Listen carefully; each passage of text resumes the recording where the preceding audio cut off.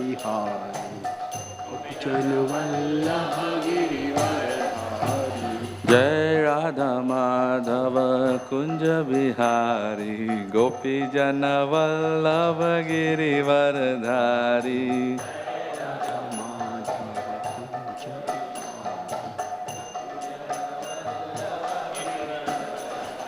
यशोदानंदन व्रज जनरंजन यशोदानंदन व्रज जनरंजन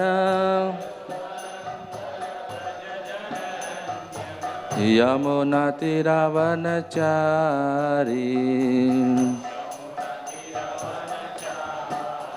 यमुना तीरावनचारी।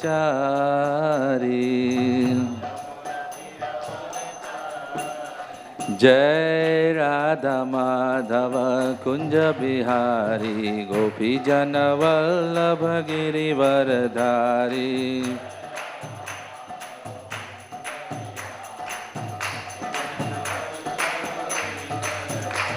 जय राधा माधव कुंज बिहारी गोपीजन वल्लभ गिरिवरधारी।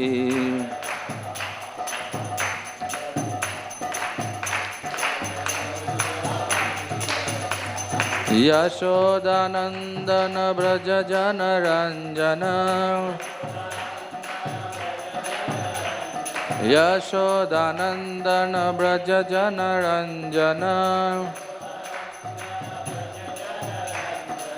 यमुना तीरावनचारी।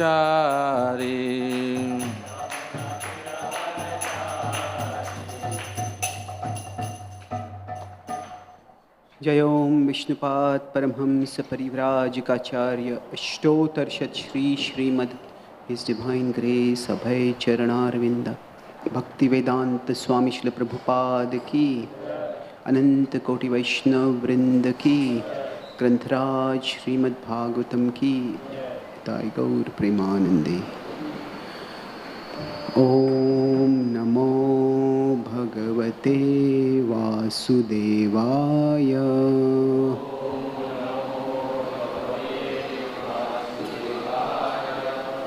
ओम नमो भगवते वासुदेवाय।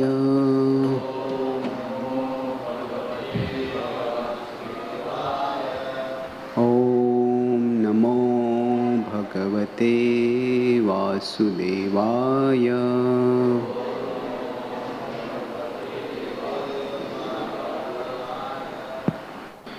ग्रंथराज Shrimad Bhagavatam Canto 1, Chapter 13, entitled Dhritarashtra Quits Home, Text 27. यह स्वकात् परतो वेह जात निर्वेद आत्मवान् हृदि कृत्वा हरिं गेहात् प्रव्रजेत् स नरोत्तमः। यः स्वकात् परतो वेह जात निर्वेद आत्मवान् हृदि कृत्वा हरिं गेहात् प्रव्रजेत् स नरोत्तमः। यः स्वकात् परतो वेह जात निर्वेद आत्मवान् हृदि कृत्वा हरिं गेहात् प्रव्रजेत् स नरोत्तमः।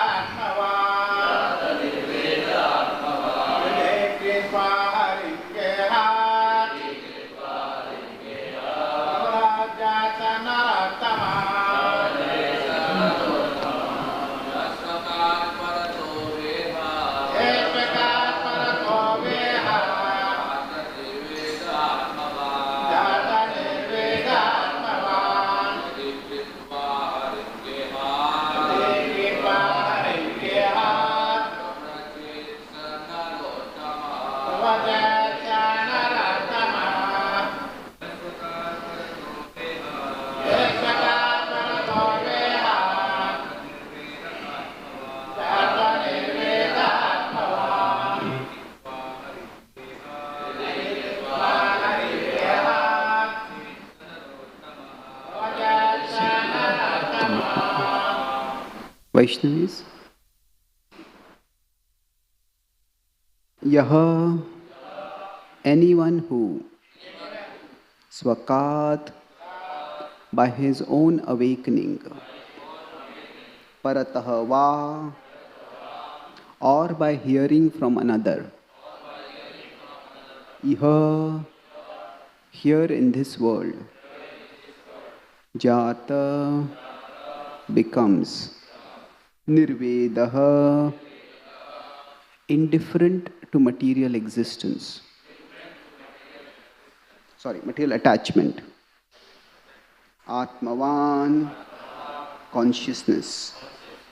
Hridhi, within the heart. Krutva, having been taken by. Harim, the personality of Godhead. Gehat, from home. Pravrajet, goes away. Saha, he is. Narottamaha, the first class human being. Translation and purport by His Divine Grace A.C. Bhaktivedanta Swami Srila Prabhupada. Translation. He is certainly a first class man who awakens and understands, either by himself or from others, the falsity and misery of this material world, and thus leaves home and depends fully on the personality of Godhead residing within his heart. Purport. There are three classes of transcendentalists, namely, 1. The dhira, or the one who is not disturbed by being away from family association. 2. One in the renounced order of life, a sannyasi by frustrated sentiment. 3. A sincere devotee of the Lord who awakens God consciousness by hearing and chanting and leaves home, depending completely on the personality of Godhead who resides in his heart. The idea is that the renounced order of life, after a frustrated life of sentiment in the material world, may be the stepping stone on the path of self-realization. But real perfection of the path of liberation is attained when one is practiced to depend fully on the Supreme Personality of Godhead, who lives in everyone's heart as Paramatma.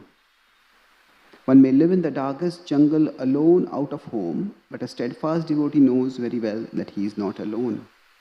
The Supreme Personality of Godhead is with him, and he can protect his sincere devotee in any awkward circumstance. One should therefore practice devotional service at home, hearing and chanting the holy name, quality, form, pastimes, entourage, etc., in association with pure devotees, and this practice will help one awaken God consciousness in proportion to one's sincerity of purpose. One who desires material benefit by such devotional activities can never depend on the Supreme Personality of Godhead, although he sits in everyone's heart. Nor does the Lord give any direction to persons who worship him for material gain. Such materialistic devotees may be blessed by the Lord with material benefits, but they cannot reach the stage of the first-class human being as above mentioned. There are many examples of such sincere devotees in the history of the world, especially in India, and they are our guides on the path of self-realization. Mahatma Vidura is one such great devotee of the Lord, and we should all try to follow in his lotus footsteps for self-realization. Om Ajnanatimirandhasya Jnananjanishalakaya Chakshurunmilitam Yena Tasmai Shri Gurave Namaha. Nama Om Vishnupadaya Krishna Pristhaya Bhutale Srimate Bhakti Vedanta Swami Iti Namine Namaste Saraswati Deve Gauravani Pracharine Nirvishesha Shunyavadi Paschatya Deshatarine Vancha Kalpatarubhyascha Kripa Sindhubhya Evacha पतितानां पावनेभ्यो वैष्णवेभ्यो नमो नमः. जय श्री कृष्ण चैतन्य प्रभु नित्यानंद, श्री अद्वैत गदाधार श्रीवासादि गौर भक्तवृंद. हरे कृष्णा कृष्णा कृष्णा हरे हरे, हरे Ram Ram Ram Hare Hare. Hare Krishna. Grateful to be here. I was 3 months here just before I went to a tour of America. I came back yesterday. And today we are discussing one of the most significant pastimes in the Srimad Bhagavatam in terms of the power of spiritual sound to infuse renunciation and devotion. So I'll talk broadly on the topic today about 3 conceptions of renunciation and how we all we have to go far in the journey to develop the perfection of renunciation. So these 3 conceptions are summarized using the acronym FAR, F-A-R. So F is frustration. In the Bhagavad Gita, in the 18th chapter, Krishna talks about the 3 modes of material nature, and he uses the 3 modes as an analytical framework to incisively look into everything. Even things that are normally considered good, laudable, virtuous. Krishna says that we need a nuanced vision of those things. That's why yajna, dana, tapa,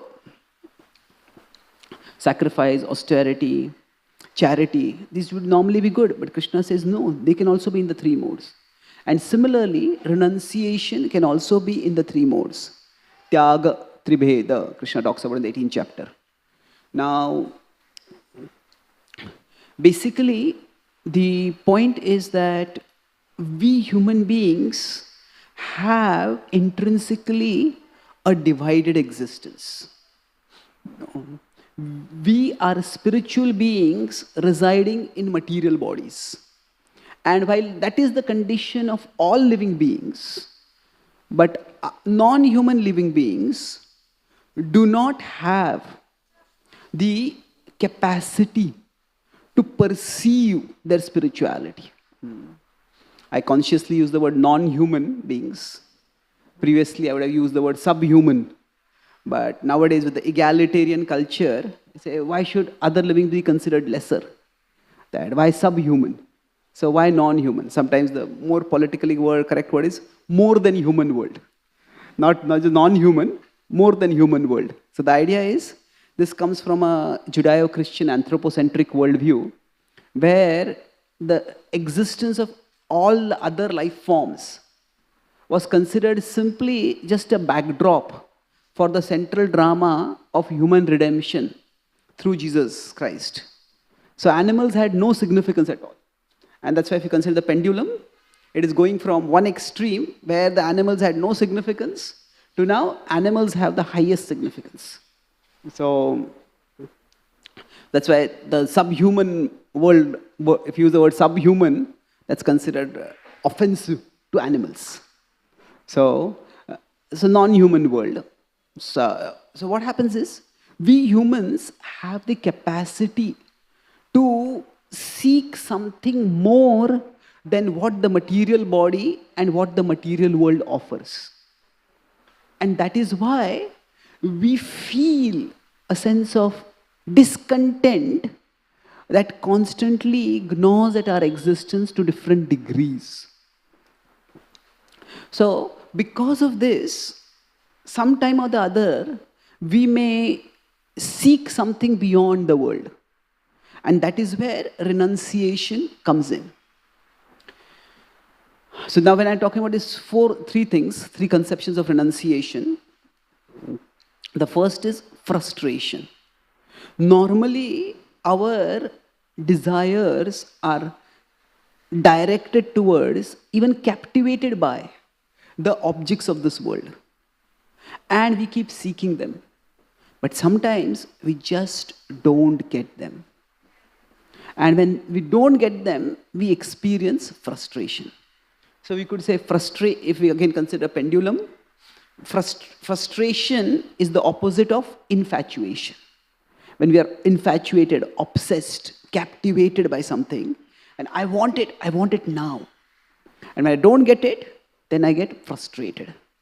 So this is something which we all experience. Prabhupada talks about this in the Bhakti Rasamrita Sindhu as bhoga and tyaga. Significantly, there are 2 degrees in this. In general, frustration is circumstantial and temporary. Almost everyone gets frustrated with life. Or let me put it more precisely. Almost everyone gets frustrated in life. But very few people get frustrated with life. So frustrated in life means, oh, this went wrong, that went wrong, that went wrong. But frustrated with life means a person starts thinking, why should I even be living? And it's a terrible thing to have. That level of frustration is quite dangerous.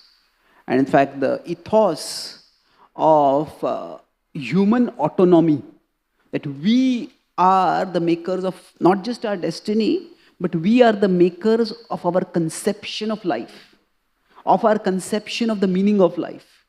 That has become so deeply enshrined in today's world that even people say that the right to human autonomy, our capacity to do what our power to do what we want to do, should be extended to such an extent that people say that we should have the right to live and the right to end our life.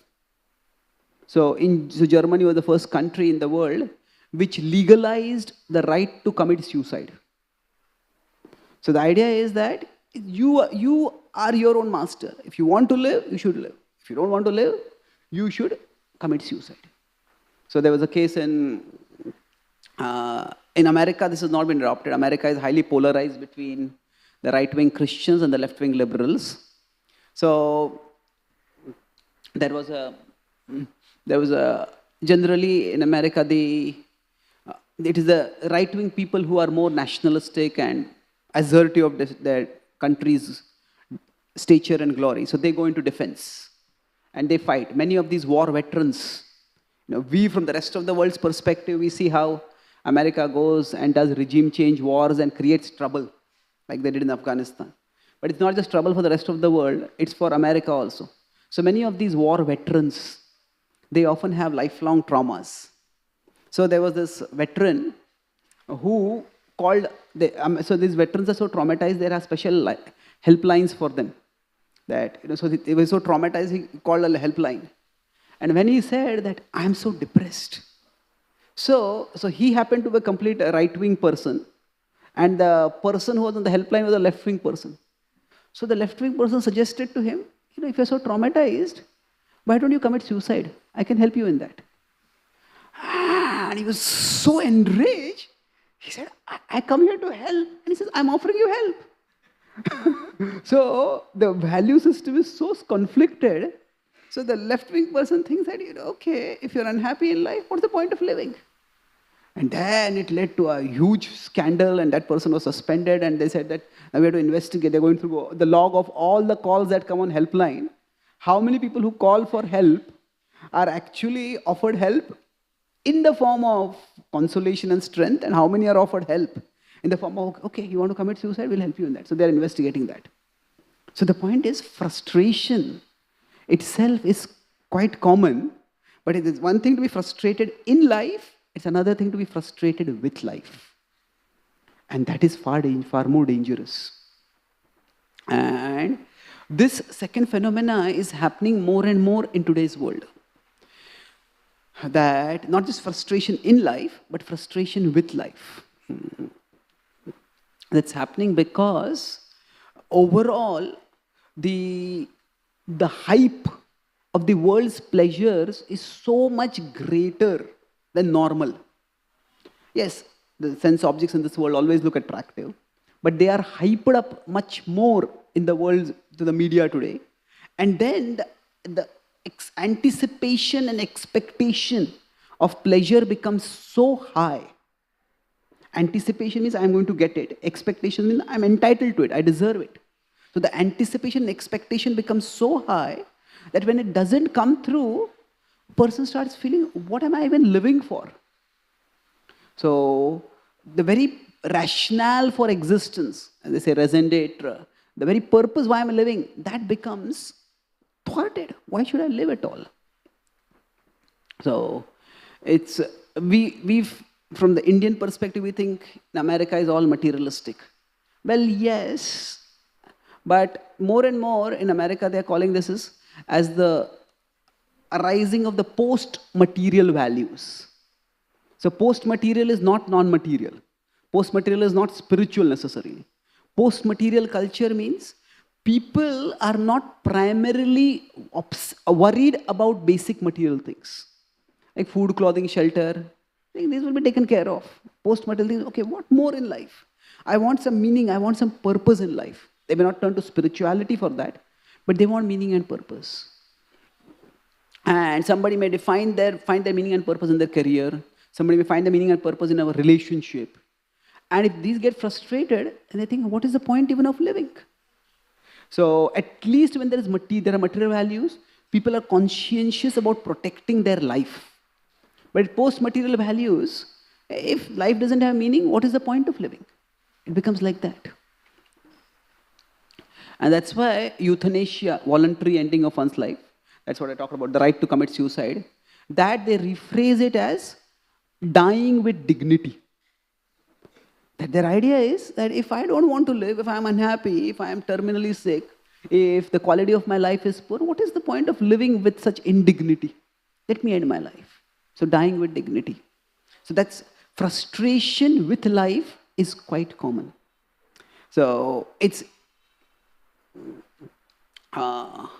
in the Western world, people have become so cynical about the idea of lasting relationships and finding some love in relationships that at most contemporary Hollywood movies, they are very rarely about romance. There was an article in, I think, Washington Post, how America fell out of love with love. That means, it's not that the sensual desires are not there, but the idea that the sensual desires, material attraction can lead to love and a lasting relationship through love, that is considered utopian and unrealistic. And one result of this is mostly the idea of romance in movies comes mostly in Christian movies. Mainstream Hollywood movies, even if they have romance, they will have some kind of twist. Not straight romance is not there, because people have become too cynical with it.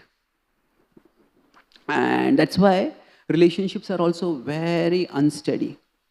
And not only that, along with it, especially in the Catholic Church, and even in some Buddhist denominations, the number of people who become frustrated with the world and join the renounced order is increasing substantially.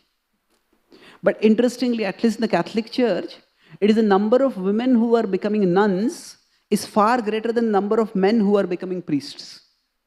So they are having a pastoral crisis because, at least in the Catholic Church right now, they have the idea that the main priest who does Mass has to be a male and renunciate. They don't use the word renunciate, they use the word celibate. So the word monk is more used in Buddhists. Monk is not used so much by Christians, they use celibates. So they're not having, so on one side, many men are not becoming, they're embracing the celibacy, but many women are joining nunneries. So they are increasing, and that is also leading to the pressure that women should also be allowed to officiate in the Catholic Church. But the point is this frustration with life, not just frustration in life, but frustration with life, it is quite common. So there was a New York Times article about this phenomena of many young women becoming nuns.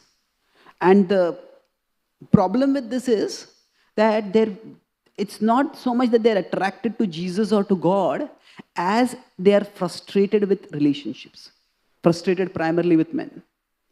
And this is not a sustainable platform for maintaining one's, of one turning away from the world. What happens is the nature of the world is that even if it frustrates us, the world itself cannot purify us. The world can frustrate us, but not purify us. Of course, the word purify has a positive connotation. Unfortunately, sometimes nowadays, the way we use it, the word purify has a negative connotation. That means, so if we go to somebody's house for prasad, and then they ask, how was the prasad?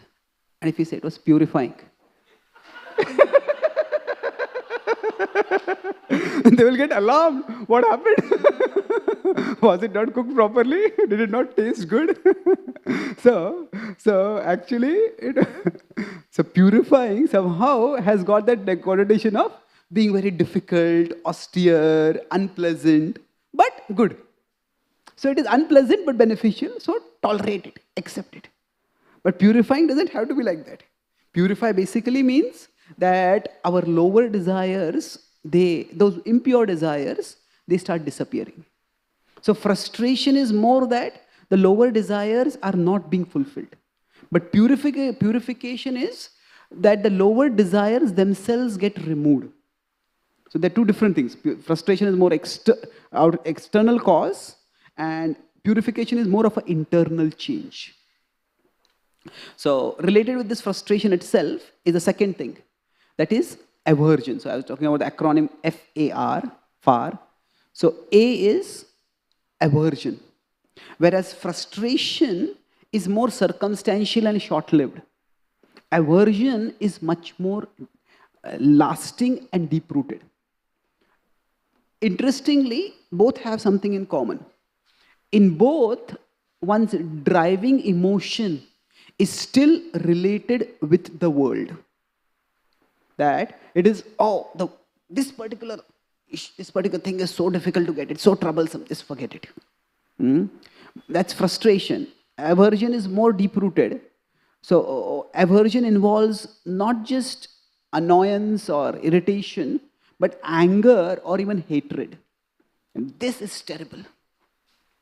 And in one sense, among frustration and aversion, frustration can be a stimulus for the spiritual path. Artho, Krishna says, those who are distressed, they come towards him. But when somebody is averse, then it's much more difficult. In general, I'll talk about personal spirituality a little later. When there is aversion, when there is frustration, there is hope and there is annoyance or irritation because the hope has been frustrated. But when there is aversion, there is no hope itself. That this is such a terrible thing. And not that I didn't get it and so I'm unfortunate. That this thing is so terrible that nobody should be pursuing it. And I want to destroy this from the world itself. And aversion can lead one to much stronger negative emotions. So whereas frustration is associated with anger, aversion is associated with hatred. And the difference between anger and hatred is that anger is more hot-headed. It comes, it stays for time, sometimes it goes away. Whereas hatred is cold-blooded. Hatred is much more calculative, sinister. So similarly, aversion is much more deep-rooted. So generally, most people will not rationalize or philosophize frustration. I'm just frustrated. But aversion can be rationalized and philosophized. That means one can give intellectual justification for one's aversion. And that can make things even more toxic. So in the Bhagavatam it says, Nati sakto, nati nirvinno. So if you're considering the pendulum, one side I said is frustration, the opposite side is obsession or infatuation. Now if you consider the next is aversion, the opposite of aversion is attachment. So again, if you consider the difference between attachment and say infatuation, Infatuation is a little more short-lived. Attachment is more long-lasting. It's more deep-rooted. So we know attachment is bad, but even aversion is bad. Aversion is unhealthy because it still keeps our emotions locked in the world. The point is that not that the world is a terrible place. The point is that there is a better place in the world. The point is not that the body is the source of misery. The point is that the soul is capable, soul can be the source of sublime happiness. And we need to focus on the soul. So, frustration and aversion, both are incomplete to varying degrees. And they can be harmful or helpful depending on how the person is overall disposed. And if they are in good association, here is described, Swakat Parato Veha. That if one is by one's own contemplation or by one's association, consultation with others. So contemplation or consultation, either way, if one can go further, okay, this is terrible, but what is better? Is there something better? So when we think about that, that is where we come to the third part of third FAR. R is redirection. Redirection is what is essentially the purpose of renunciation. And at a philosophical level, if we think,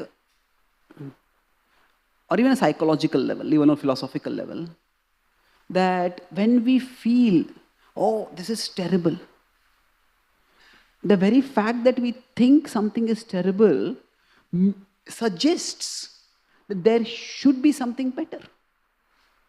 Like if somebody is blind and they are lamenting about their blindness, that implies that there is some state other than blindness which is better than blindness.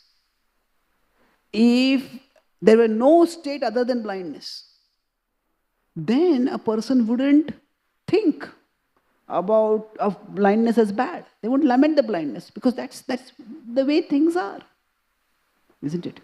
So, similarly, the very fact that we experience frustration or aversion with the world suggests that there is some state of being which is higher.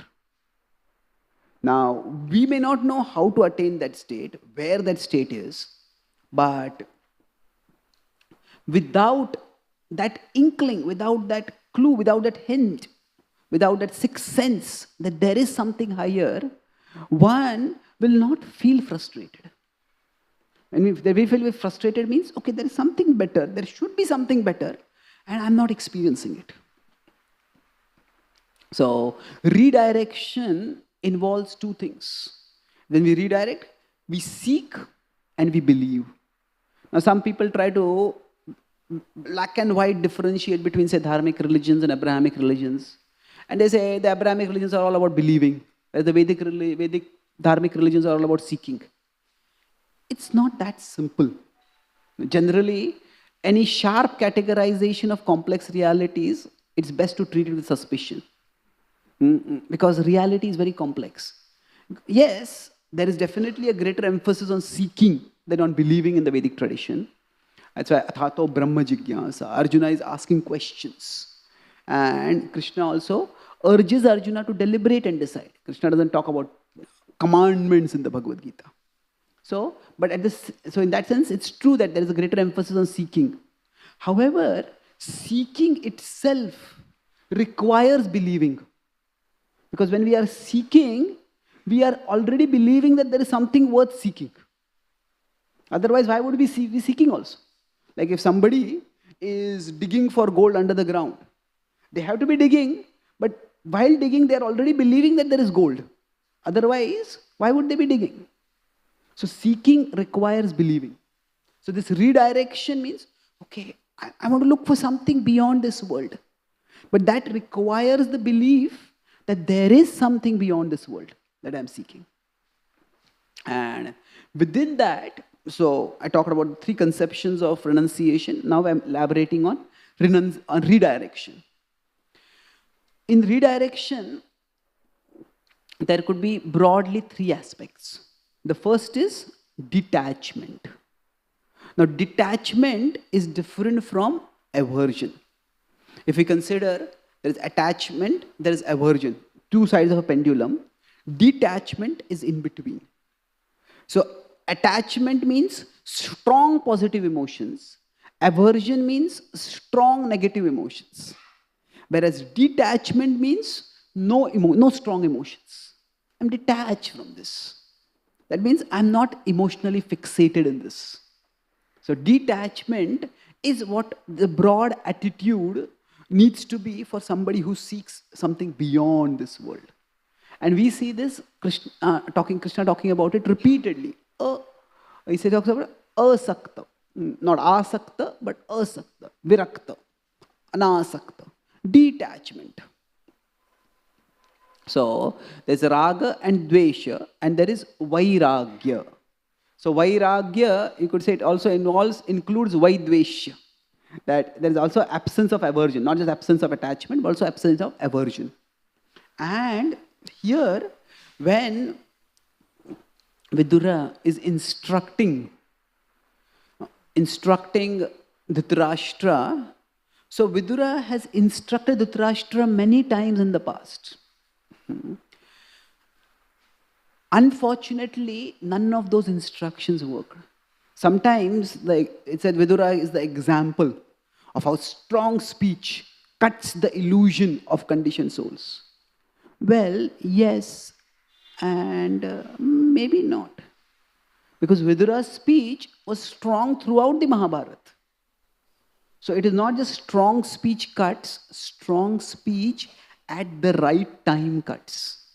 And Vidura maintained his relationship with Dhritarashtra for a long time. And that is how, finally, now his words are cutting the illusion.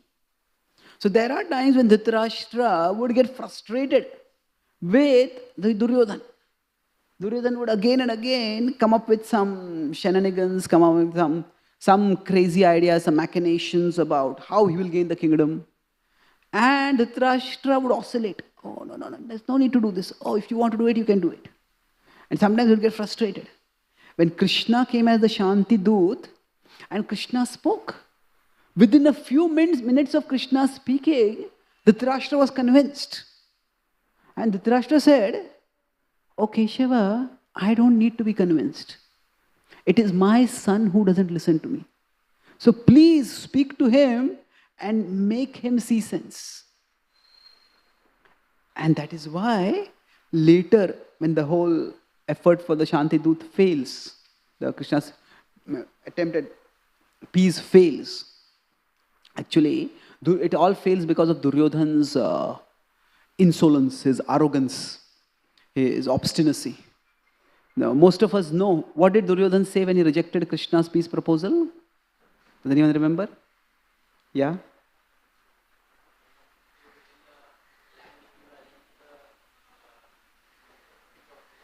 Yes, I will not give enough land to even put the tip of a needle through. Thank you. So now, at the level of dialogue, it seems it can seem impressive. But in terms of context, it's not impressive, it's insulting. Because, say, to get a sense of this, suppose we invite someone for a program, and they don't want to come, so they make an excuse. Now, they are making an excuse, we know that they're making an excuse, and they know that we know that they're making an excuse. But still, there is some level of politeness by which they are trying to make an excuse. It is saying that hypocrisy is the last respect that vice offers to virtue. That means that somebody is evil and they openly act evil. That means they don't even respect the idea of good. Somebody is evil, they act good, that means they at least respect the idea of good. So this person is saying no to the invitation, but at least they're having the decency to come up with some reason. I was with one devotee had invited somebody for his relative for a program. This devotee is very cutting in his speech. So he said that, that relative gave some excuse why he's not coming for the program. So this devotee told him that, if you're going to speak a lie, at least don't insult my intelligence by speak a believable lie. So, what he meant is that if somebody is doing something wrong, but at least they are not openly showing it, that indicates some level of respect. So, now I'm not saying be hypocritical just to show respect, but I'm making a different point over here. Suppose we invite somebody for a program, and then they say that even if I die, my dead body will never come for your program. This is not just a refusal, it is a rejection. It is not just saying no to someone who has knocked at a door, but it's rather not even just banging the door in their face. It is kicking on their mouth and then knocking them away. So that is what Arjuna did. That is what, Duryodhana did when he rejected Krishna's peace proposal. It was insulting.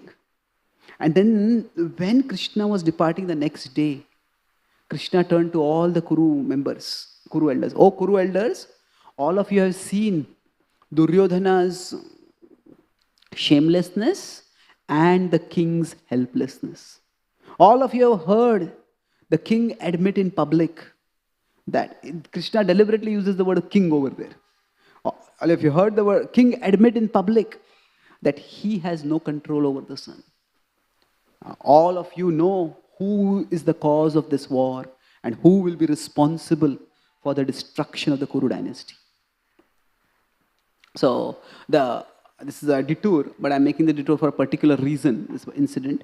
The point is that when there is strong, Dhritarashtra would get frustrated with Duryodhana.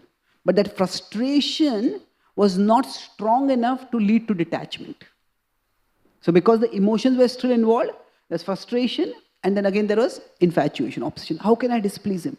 How can I do something that will hurt him, that will anger him, that will annoy him? I can't do it.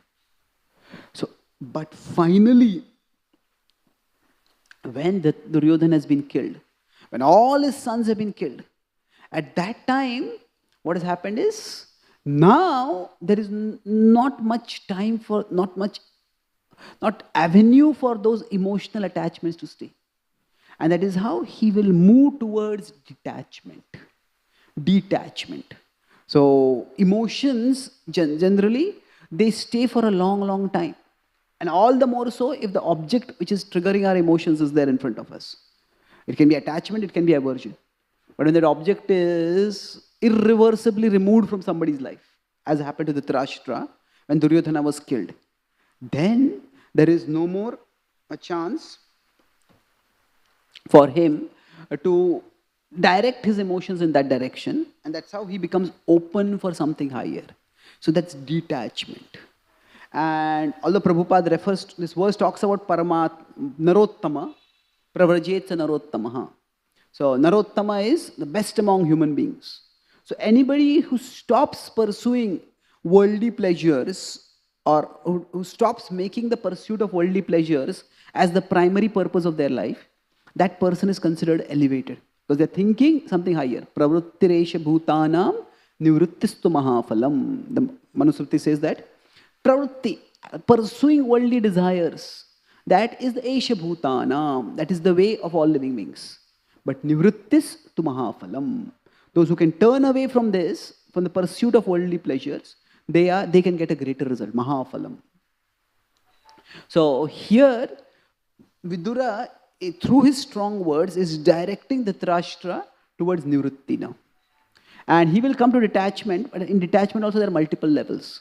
And because Dhritarashtra has consistently allowed Duryodhana to not just offend, but hurt, injure, and even attempt to kill the Pandavas, so for him, the devotion toward Krishna doesn't emerge so quickly. So the success for him is detachment. Beyond that, he doesn't go forward. So there are two. I'm talking about redirection now. In redirection, the first thing is, okay, no more emotional involvement in this. But then there are two further stages. There is spiritual attachment and there is spiritual engagement. So I'll conclude with these points and we can have a few questions. So attachment is more at the level of emotion. Engagement is more at the level of action. And when one goes beyond detachment, okay, my emotions are not locked in this world. But where are the emotions directed? In the impersonal liberation, there is not much scope for emotions, because there is, the idea of emotions itself is considered an illusion. So one goes beyond emotions to a state of emotionless quiescence. Not nescience, but quiescence. Quiescence is like a complete quietness. But we understand that beyond that quiescence, that quietude of Brahman, there is Bhagavan. And with Bhagavan, there is personal reciprocation. And the reciprocation is both external and internal. Ma manusmara yuddhyacha. Yuddhyacha is external, ma manusmara is internal. So those two are the phases are the more where the redirection goes towards completion.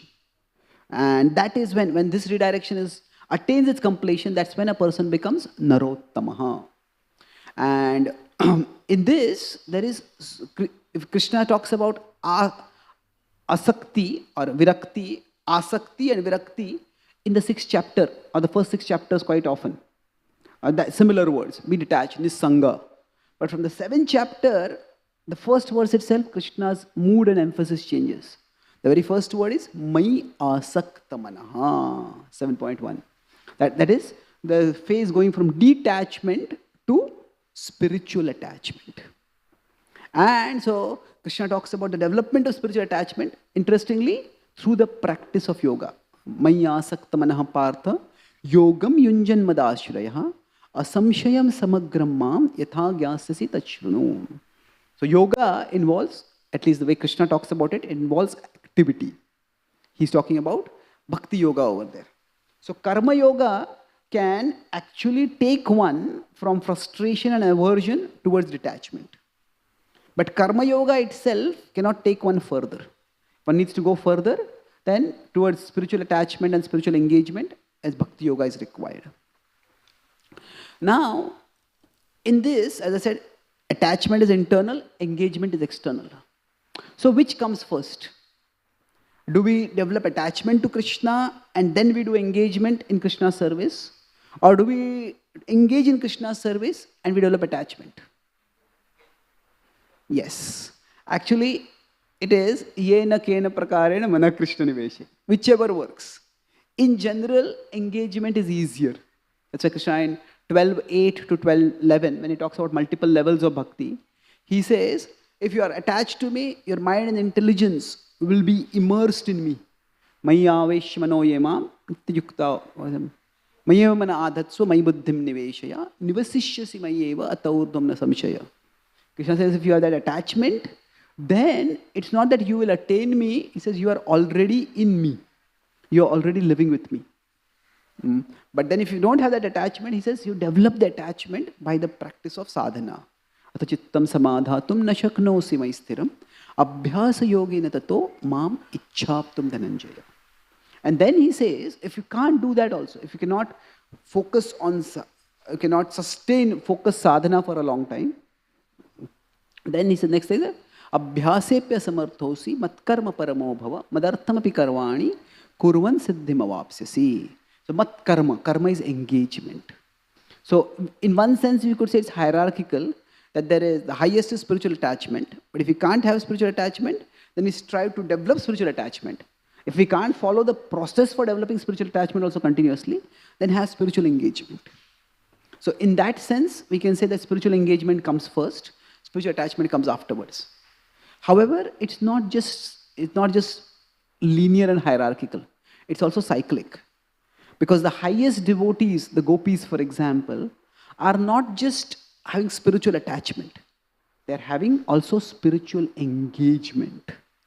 They are not just immersed in meditation to Krishna. They are actually doing some things for Krishna. So that's why we have the Kanishta, Madhyama and Uttama. And the Uttama again comes down at the Madhyama level. The idea is that at the highest level, one does not withdraw from the world to practice bhakti. Rather, one returns to activity, but with a higher purpose. So for us, in our practice of bhakti, sometimes we fixate on renunciation too much. Oh, I want to give up this, I want to give up this. Now, renunciation could be either in terms of adopting the renounced order, or it could be in terms of giving up a particular habit, particular attachment, particular behavior, particular sense object. And sometimes we start defining our spiritual growth and even our spiritual stature based solely on our capacity to give up something. Now, that is an unhealthy focus.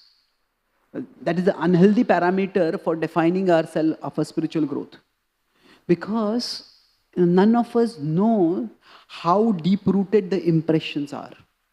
And how strongly those impressions may arise again, we don't know.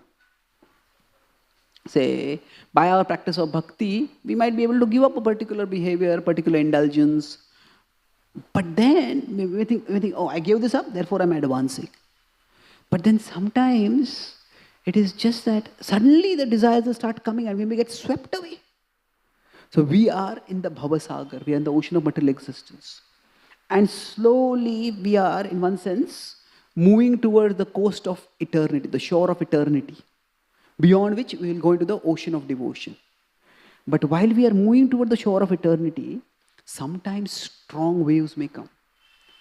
And normally, if the waves are of a modest strength, we may be able to resist it quite easily.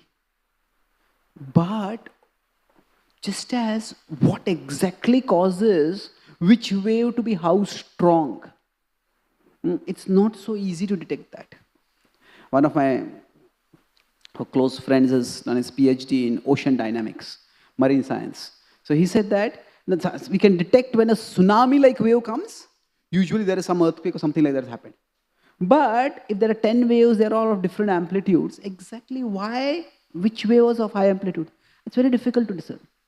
So similarly for us, sometimes we get agitated and we feel overwhelmed by particular desires and we can find a cause for that. But sometimes the desires may just rise and we can't figure out why this has happened. So at that, if we had defined our spiritual growth solely by our capacity to give up something, and then suddenly that particular desire comes up as a powerful wave, urmi, as a wave it comes up. Kulishekar Maharaj talks about how this material world is like an ocean, and in this there are waves which come up, waves of illusion. So a giant tsunami-like wave might come and just sweep us away. And you may think, what is the use of my spiritual life? I was practicing for so long, and still I had this relapse. Did I even advance, or was all my advancement simply a facade? No, it was not necessarily a facade. Rather, we may have had an unhealthy parameter for our spiritual growth. The healthier parameter is, yes, of course, we want to give up worldly attachments, we want to give up worldly indulgences. But in bhakti, it is much better to base our spiritual steadiness and spiritual growth on how diligently we stay connected with Krishna. That means, to continue that ocean metaphor, sometimes waves may come and sweep a person away.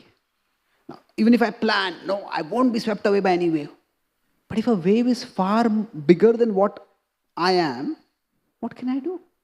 However, if we can learn to hold on to an anchor and diligently practice holding on to an anchor, then even if the wave comes, the wave may hit us, the wave may hurl us. But if we just hold on to the anchor, then we won't be swept away. And that holding on to the anchor is the practice of bhakti yoga. It is not just the practice of any particular limb of bhakti, but it is the practice of fixing our consciousness on Krishna. Now, it could be through chanting, it could be through scriptural study, it could be through kirtan, it could be through the worship of the deities. Whatever it is that helps us fix our mind on Krishna. So we need to do that more and more so that we can hold on to that anchor. Mam chayo vyabhicharena bhakti yogena sevate. Sagunan samatitya brahma bhuyaya kalpate. Krishna says that the modes will come. How will we transcend the modes? Not just by analysis, but by attraction to Krishna, by fixed holding on to Krishna. So if we do this, we focus on how quickly, how firmly, how repeatedly I hold on to the anchor of Krishna. We do that, then even if we get swept away by a wave, we won't stay swept away for long. Now we may fall down, but we don't have to fall away. So we can immediately come back to Krishna as quickly as possible. And that is the mood of apichet sudaracharo pachite mamananya bhak. Sadhureva samantavya samyak vyavasito hi saha. So if samyak vyavasito is there, bhajate mamananya bhak is there, then how is sudurachara possible? If somebody is determined to serve Krishna, if somebody is, then how can they do some terrible thing? So they're determined to serve Krishna means they are very strongly resolved to hold on to the anchor. But durachara means sometimes a wave comes and sweeps them away. So they're swept away, they feel bad about it. But they don't just keep beating themselves up for that. As soon as that wave stops, immediately they hold on. And the wonderful thing about Krishna is, like sometimes we may hold on to anchor and the wave comes and it sweeps us away. But then, now the anchor is far away and I am far away, what do I do?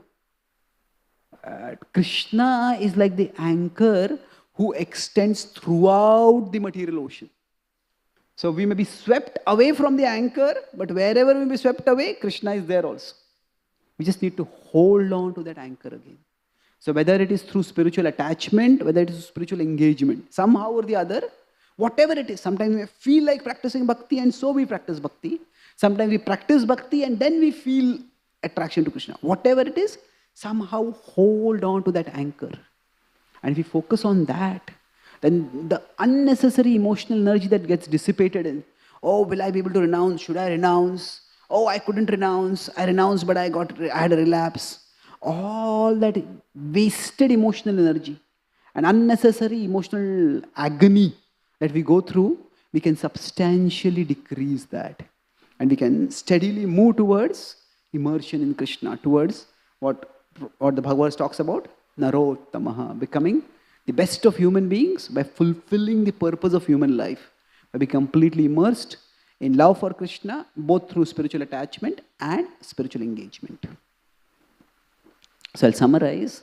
I spoke today about three conceptions of renunciation. So FAR. F was what?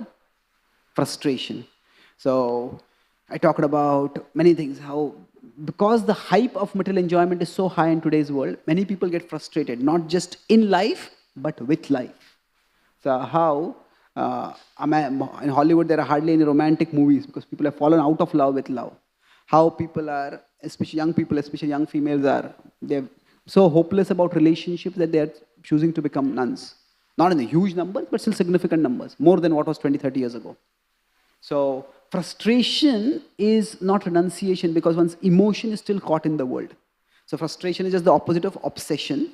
And when frustration becomes more deep-rooted, it becomes not just, oh, I couldn't get it, it's so bad, but it goes to, this is terrible. That is aversion. So frustration is more hot-headed, aversion is more cold-blooded. It leads to hatred. And that can be even more damaging for our spiritual growth because our emotions become very, not just caught in worldly things, but then those emotions are rationalized and philosophized and justified with our intelligence. And that's problematic. But beyond frustration and aversion, we go towards FAR, redirection. So we humans have a divided existence. Our consciousness is so evolved that we just can't be satisfied with the pleasures offered by the material body in the material world. So renunciation begins with, there must be something more. Now we seek something more, but seeking and believing both go together. For seeking, we need to have belief that there's something worth seeking. And in that redirection, I talk about 3 stages. First is detachment, where we go beyond this pendulum. I'll emotionally attract, strong positive emotion, strong negative emotion, no strong emotion at all. And this is the level where somebody who is spiritually serious but without any personal conception can come to. But with the personal conception of the ultimate reality, you go to the next 2 stages, that is spiritual attachment and spiritual engagement. Attachment is more at the level of emotions, engagement at the level of actions. So we start from wherever we are and we move forward in our spiritual journey. And for us, when we are on the bhakti path, sometimes we fixate too much on renunciation. And that can lead to a lot of distraction and distress. Because sometimes we may not be able to give up something, sometimes we give up something and we may relapse. Because the waves, how big they will come in future, we don't know. So instead of simply resolving, I will not get swept away by a wave, we focus on, I will hold on to the anchor. So the activity by which we can fix our consciousness on Krishna, that is the bhakti activity that we need to cherish. And by that, Krishna, we can, even if we get swept away, we'll soon come back to Krishna. And that's how we will ultimately attain absorption in Krishna and attain the world of Krishna. Thank you very much. Hare Krishna. Is there any quick question? Yes, bro. No, you can ask. You have the mic. Haribol. Prabhuji, you spoke about when the object which triggers emotion is in front of us, is difficult to detach. But for Dhritarashtra, it was irreversibly removed. But most of the time, object will be in front of us only. Yes. So how do you deal with that situation? Yeah, so if the object is right in front of us always, how do we actually become detached? Yeah, that is a challenge. I think 2-3 things are there. First is, rather than just like putting all tempting objects in one category, like reducing all tempting objects to one category is also in us is impersonal. Because say if somebody is attracted to food, there is an increasing, like there's Alcoholics Anonymous, now there is Foodaholics Anonymous. People are they just can't. Either they eat too much, or the other extreme, they eat too little. And they get anorexia and things like that, quite problematic. So either way, the point is that it's not that that person is attracted to all foods. There are certain food items which they are attracted to way too much. Of course, sometimes once one gets attracted, infatuated, then it almost becomes like a pig. And I just eat anything and everything. But the idea is that all tempting objects are not the same. So we may not, nobody can say, stay away from food. But if there are some objects which tempt us, we can stay away from those. We can create some boundaries. So that's the first thing. We can create boundaries towards especially tempting objects. For us, tempting. So then second thing is that apart from those boundaries, boundaries is basically like a distance we create. But when we are engaging also, when we are interacting or we are perceiving, Krishna doesn't say that drishyato causes the problem. It is dhyayato that causes the problem. Dhyayato vishayan pumsa sangasteshu pajayate. It's not drishyato. So it's not the encounter with the sense objects. It is more the contemplation of the sense objects. So if we can keep ourselves substantially engaged, then what happens is we don't have time to dwell on this worldly objects. So yes, we'll perceive the objects, but the idle mind, as they say, is the devil's workshop. So we try to keep ourselves busy.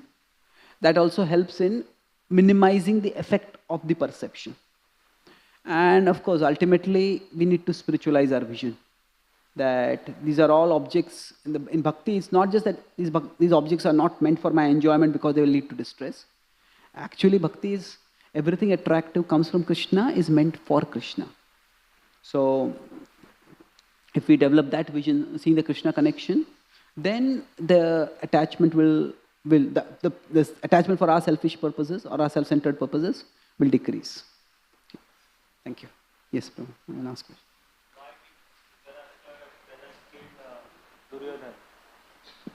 Why did Dhritarashtra not kill Duryodhana? He's his son. Why would he kill? But he was wrong. Okay. Why Bharat Maharaj killed his 9th son?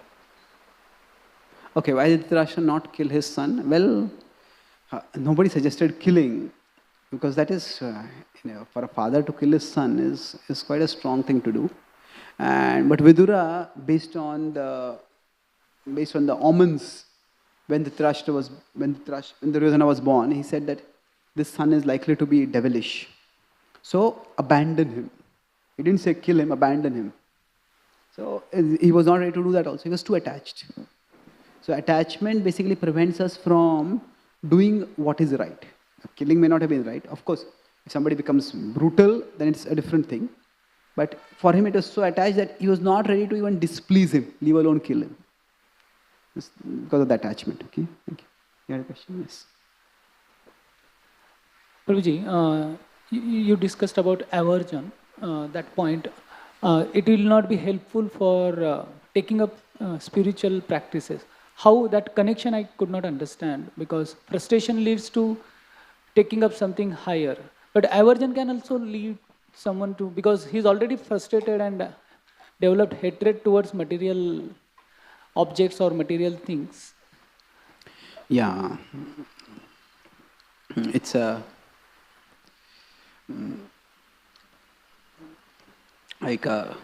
okay, maybe not the most pleasant example, but I'll illustrate this point that I was at a temple in America, at one place where there are multiple temples. And there was a couple who got divorced. And it was a very acrimonious divorce. They had a lot of negative emotions and everything. So the first thing, now both of them were in the same, of course as a family they were in the same temple. And the first thing that their counselors told them is, no, you both cannot go to the same temple. One of you go to this temple, one of them go to the other temple. Because what happens is you may come to the temple, but we may be thinking about Krishna, we want to think about Krishna, but the consciousness is, has that person come over here? So when that relationship goes to the level of, when we go to the level of aversion, then what we are averse to occupies our mind much more than what we are meant to be what we are spiritually directed towards, or spiritually attached to. So, the frustration is circumstantial. We wanted somebody to do something, that person didn't do that, we are annoyed with them, we're frustrated with them. After some time, we'll forget it. But aversion goes much more deep-rooted. Now, aversion can also lead to spirituality. But the place that that emotion of aversion, the emotions associated with aversion, have carved in our consciousness is much bigger. And sometimes that may consume a person so much, consume their consciousness so much that there is no place left for Krishna.